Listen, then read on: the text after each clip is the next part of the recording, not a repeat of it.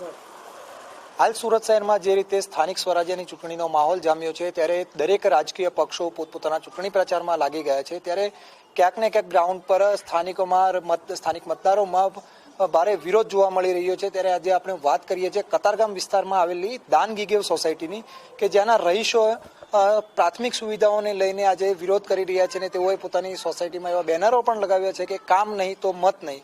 ત્યારે એ અંગે આપણે સીધી વાત કરીશું અહીંના સ્થાનિકો સાથે। ત્યારે શું સમસ્યા છે?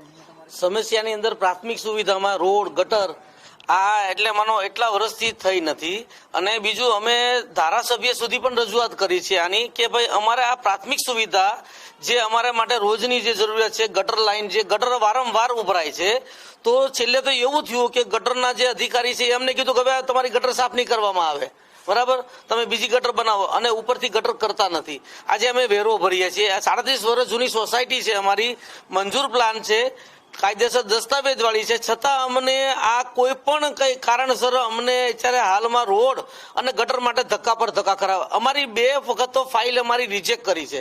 જો અમે ત્રીજી વખત ફાઇલ મૂકીએ તો અમારી સોસાયટી બ્લેક લિસ્ટમાં આવી જાય। તો આ એક અધિકારીઓ અને જે સાહેબો છે જે પણ છે એ અમારું ધ્યાને લેતા નથી, વારંવાર રજૂઆત કરીએ છીએ। તો ધ્યાને લેવા માટે જ અમે આજે આ બોર્ડ માર્યું છે કે ભાઈ સોસાયટીમાં કોઈ ઘૂસવું નહીં। કે એનું કારણ છે કે પ્રાથમિક સુવિધા પણ જો તમે નથી આપી શકતા, અમે વેરો ભરીએ છીએ, આઈસીના નાણાં ભર્યા છે, તો પ્રાથમિક સુવિધામાં શું કામ અમને વંચિત રાખવામાં આવે છે? શું અપેક્ષા રાખો છો હવે તમે? હવે અમે અપેક્ષા રાખીએ કે અમારા રોડ ને ગટર જે પ્રાથમિક સુવિધા કહેવાય, જો એ અમને નહીં થાય તો અમે કોઈને મત નથી આપવાના। એ સોસાયટી વાળાએ બધાએ કીધું છે, એમાં હું પ્રમુખ તરીકે છું, છતાં મારું પણ ના ચાલે, સોસાયટીમાં સોસાયટી સાથે રહેવું પડે। શું કહેશો તમે?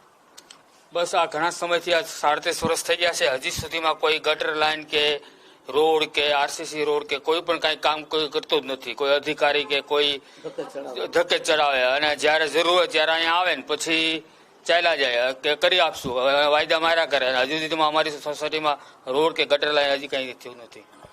એટલે આપણે અહીંની સ્થાનિક મહિલાઓ સાથે પણ વાત કરીશું કે તેમને પણ શું કઈ રીતની તકલીફ પડી રહી છે, ત્યારે તેમનો પણ આપણે અભિપ્રાય જાણવાનો પ્રયાસ કરીશું। જી બેન, શું તકલીફ છે તમને? રોડ થવા જોઈએ, ગટર થવી જોઈએ તો મત લેવા આવે, કામ ના થાય અને તમે મત લેવા આવી જાઓ, એ અમારો વિરોધ છે આ વખતે। એટલે મત લેવા મહેરબાની કરીને આવવું નહીં। જો અમારી ગટર, અમારી જે સુવિધાઓ અમારી જે પૂરી ના પાડી શકતા હોય નગરપાલિકાવાળા અને ઉમેદવારો, તો અહીંયા આવવાની જરૂર તો નથી તે અમારી તો ના જ છે। નોર્મલ વિનંતી છે કે અહીંયા કોઈ આવવું નહીં, મહેરબાની કરીને શરમાવું નહીં, અમને મત લેવા તો આવવા જ નહીં।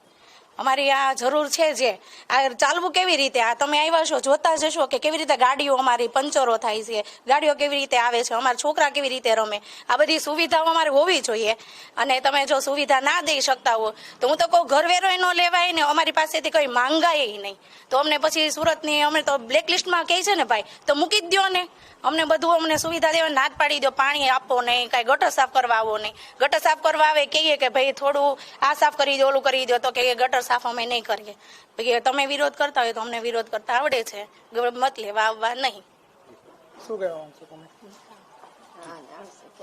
અમારી સોસાયટી છે દાનગીગેવ છે, તે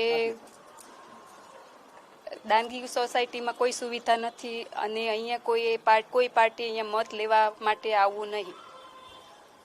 તો આપણે વાત કરી દાન ગીગેવ સોસાયટીના સ્થાનિક રહીશો સાથે કે જેઓ વિવિધ પ્રાથમિક સુવિધાઓથી પણ વંચિત છે અને તેના વિરોધમાં આજે તે લોકો તમામ રાજકીય પક્ષોને અહીં મત માંગવા આવવા માટે પણ ના પાડી રહ્યા છે। ત્યારે હવે સુરતમાં સ્થાનિક સ્વરાજ્યની આ ચૂંટણી જે યોજાઈ રહી છે તેમાં આની કેવી અસર કઈ રીતે પડશે તે હવે જોવું રહ્યું। કેમેરામેન રવિ વેંડે સાથે નિલેશ રાઠોડ, ઇન્ડિયા ન્યૂઝ ગુજરાત, સુરત।